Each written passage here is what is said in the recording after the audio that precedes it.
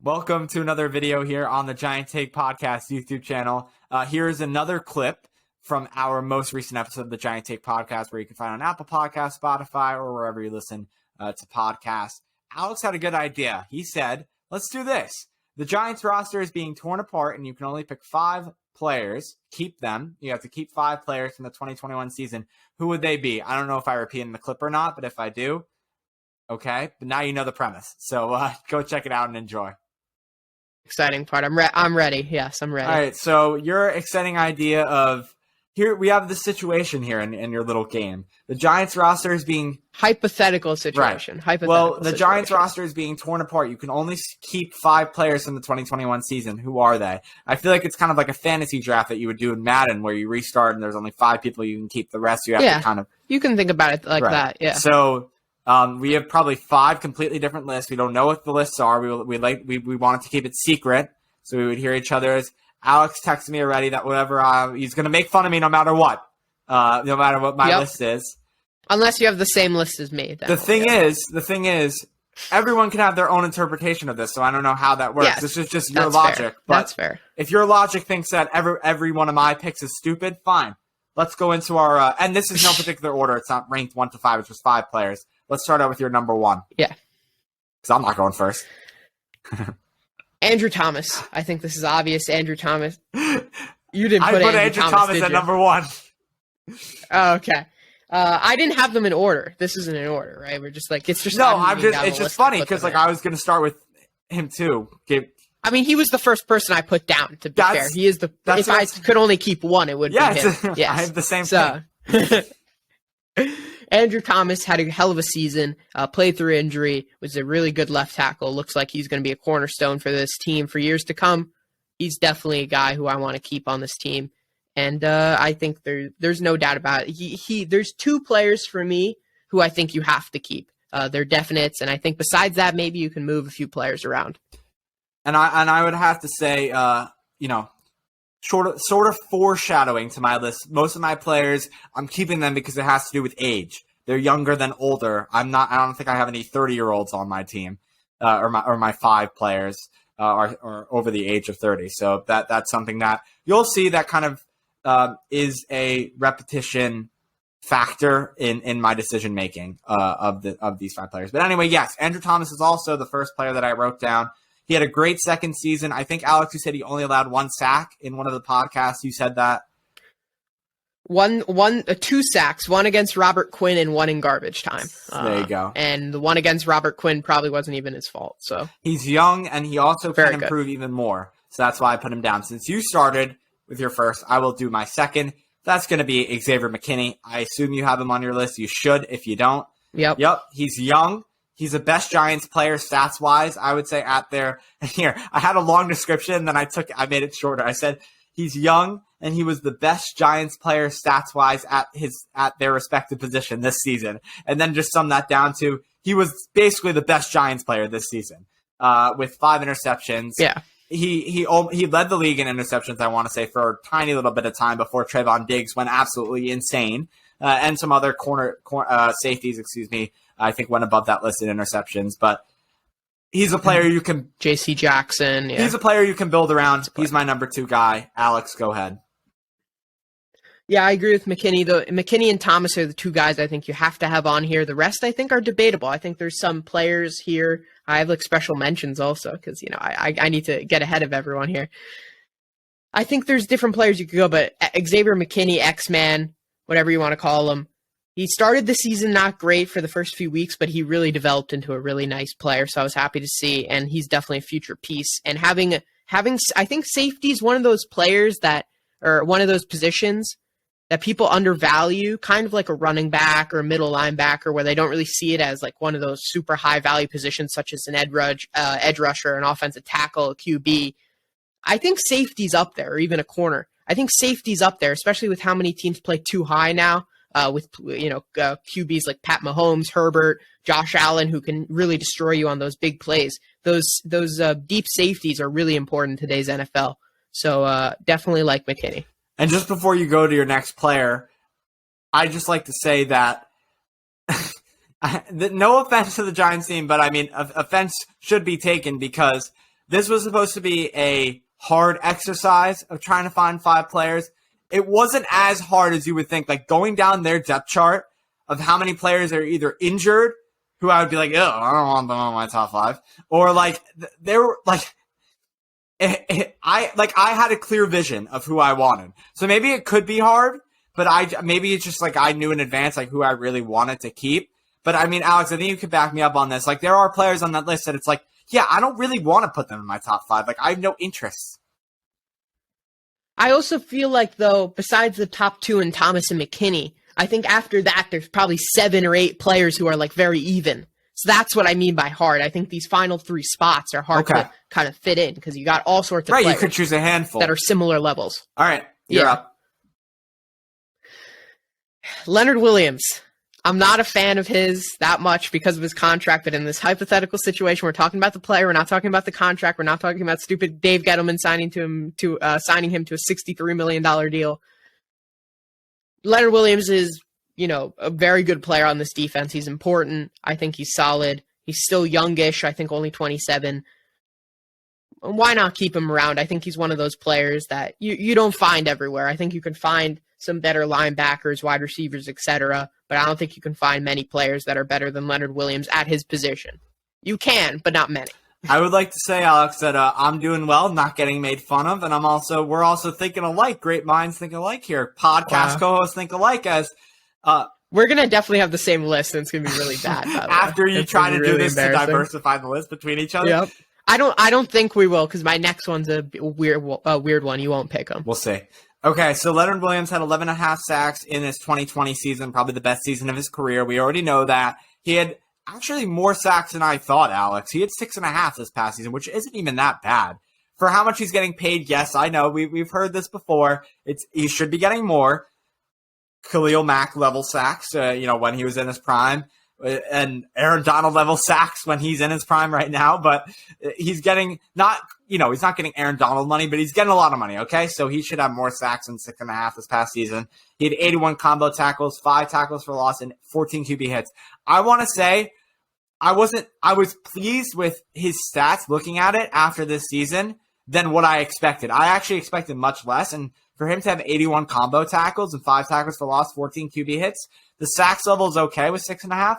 But those stats, that's pretty good, like, for what I expected. And he's double-teamed quite a bit, too. His double-team rate is very high. And I'm sure it's the most on the Giants. And I'm sure it's, the amount of good offensive linemen that they tried to place on Leonard Williams wasn't, increased after he had 11.5 sacks. Because in your scouting report, you have a week to prepare in between games. This isn't the NBA. This isn't the NHL. You're not, you have to watch as much film as you can in the week prior. So you would have to think that offensive coordinators, offensive line coaches were saying, hey, listen, this guy on the defensive side, Leonard Williams on the line, he's pretty good. He got 11.5 sacks last season. We're going to double team him, and I want to have my best offensive lineman on that guy. So that also could be a reason. Not giving him an excuse, but that could also be the case. You got something else before we go to the next one? No, I don't have anything else. You move on to your next one. I want to see who you got. All right, let's do it. We have another defensive player that is on the line, and that is Azeez Ojulari. That's going to be my 4th guy. He's young again. See the repetition there. He had 8 sacks this past season, 29 solo tackles, and 1 forced fumble. Not crazy when it comes to the amount of tackles and the 1 forced fumble.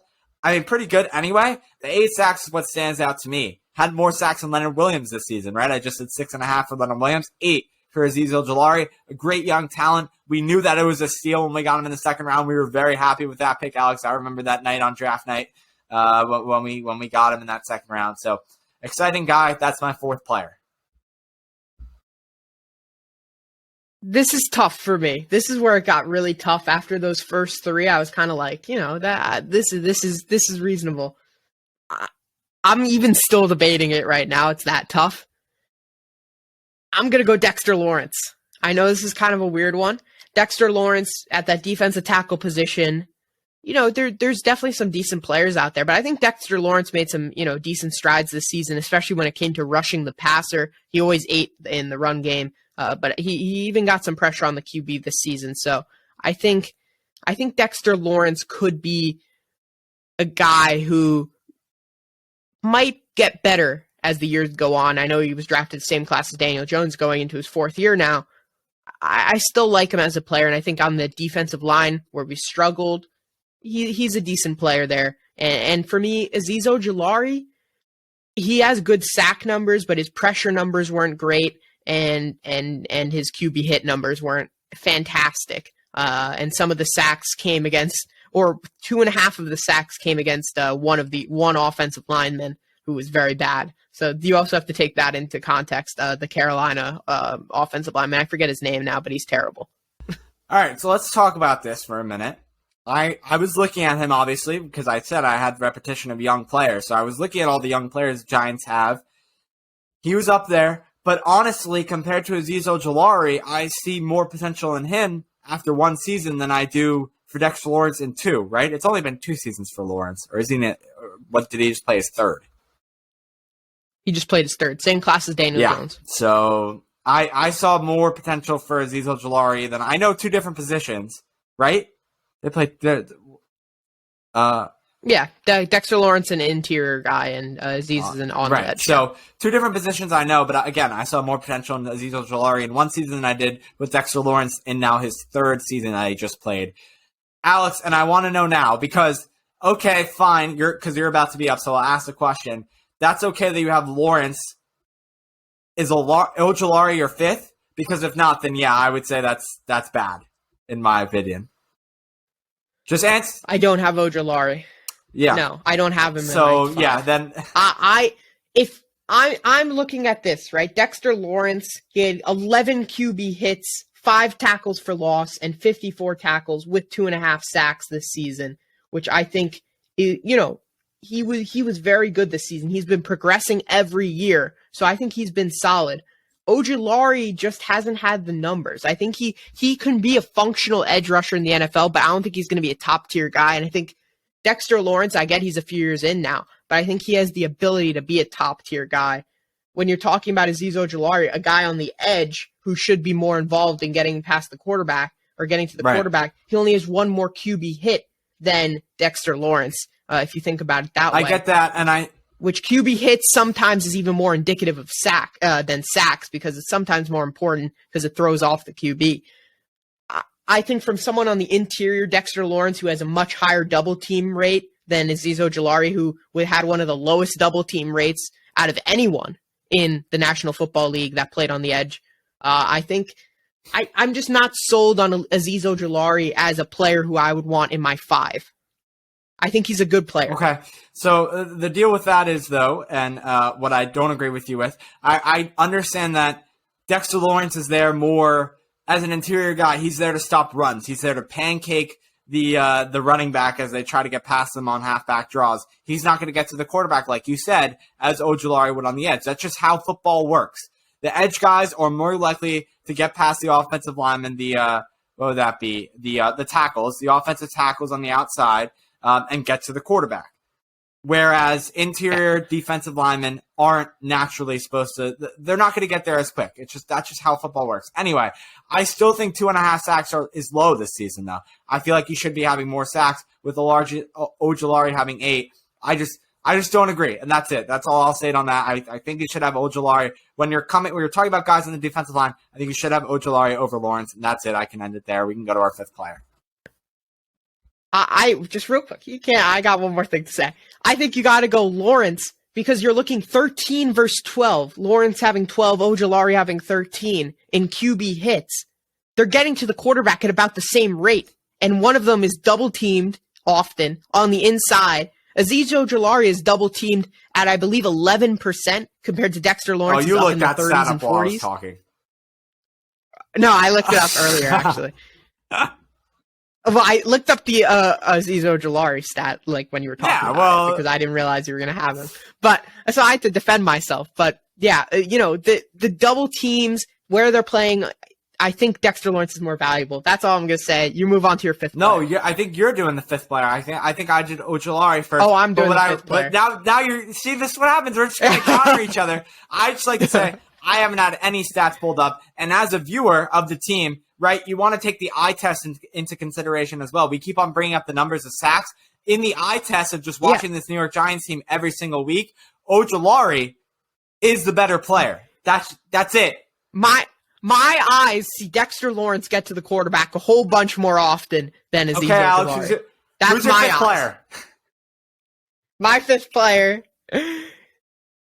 This is really tough. I'm still leaning on it right now. I can't help myself. I'm going Saquon Barkley. I can't believe I'm doing it. I'm right here is Saquon Barkley. Right here is Adoree Jackson, and I don't know what to do. Adoree Jackson's certainly up there. He was fantastic this season. James Bradbury as well. I'll just go through all my special mentions. Kenny Golladay, Blake Martinez, those guys are all up there.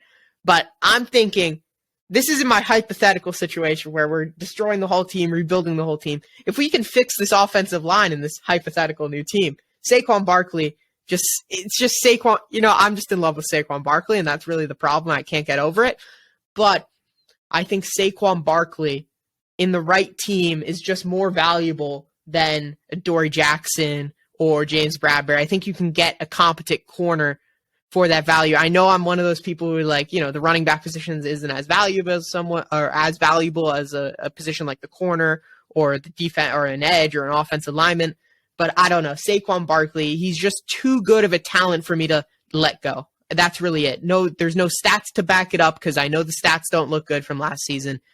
It's just one stat to back it up. Since 2018, the most 50-plus yard gains, 50-plus yards from scrimmage. Saquon Barkley 14, and he didn't have any in 2020 or 2021. For all of you watching, you have seen that throughout Alex talking in that section about Saquon Barkley, I've been shaking my head repeatedly, and that is to fill you in for everyone listening to this episode of the Giant Take podcast. I've been shaking my head, and I was dying while I was talking too. I was drooling while I was talking because I was just done. The whole rant of whatever Alex was saying. Okay, let me say my fifth player. This could get hated. I think, like what Alex is saying with Saquon Barkley, I'm not in love with this guy, but Kadarius Toney, it must be. It was going to be him or Kenny Golladay. I was going to have to pick a receiver there. Honestly, I didn't see enough of Kadarius Toney to put him on this list. I've seen enough of Kenny Golladay, not in the Giants, and what he can do.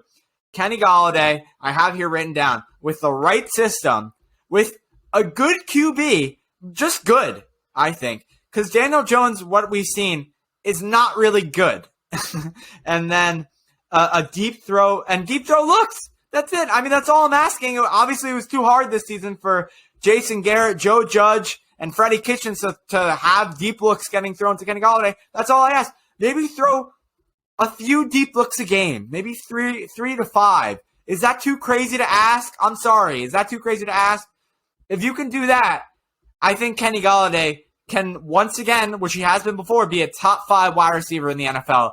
And that's why it's on this list. He's had multiple 1,000-yard seasons. I'm sorry, I'm not Alex. I don't have the exact 1,000-yard seasons pulled up on my phone or my computer. But I can tell you from, again, the eye test and from what I know of Kenny Golladay from when we researched him after we signed him and throughout the season, I know Giants fans watching and listening, he didn't look good this year. I get that. I think that was in a bad system, though. We know it was a bad system because the head coach of the Giants got fired. So even the owner knew it was a bad system. In the right system with the right GM, the right coach, and the right offensive coordinator, you might be able to see a change. A change might be coming, and maybe it won't be the best of Kenny Golladay because he is 28 years old, but I think you will see a better Kenny Golladay next season, and that completes my 5 players going through the list. And then, Alex, you go through yours one more time, my 5. Not ranked in particular. Yeah. Andrew Thomas, Xavier McKinney, Azeez Ojulari, Kenny Golladay, and Leonard Williams. Andrew Thomas, Xavier McKinney, Leonard Williams, Dexter Lawrence, and Saquon Barkley. I feel like towards the end of this, we've started shouting because our voices are becoming too weak from talking too much. So we're shouting our opinions at the end here. So it's a good time to wrap it up. That is what you wanted, Alex. I mean, that you wanted the disagreements. You got it at the end. I thought it was going to really be an absolute failure, but we got in there. We got our arguments through.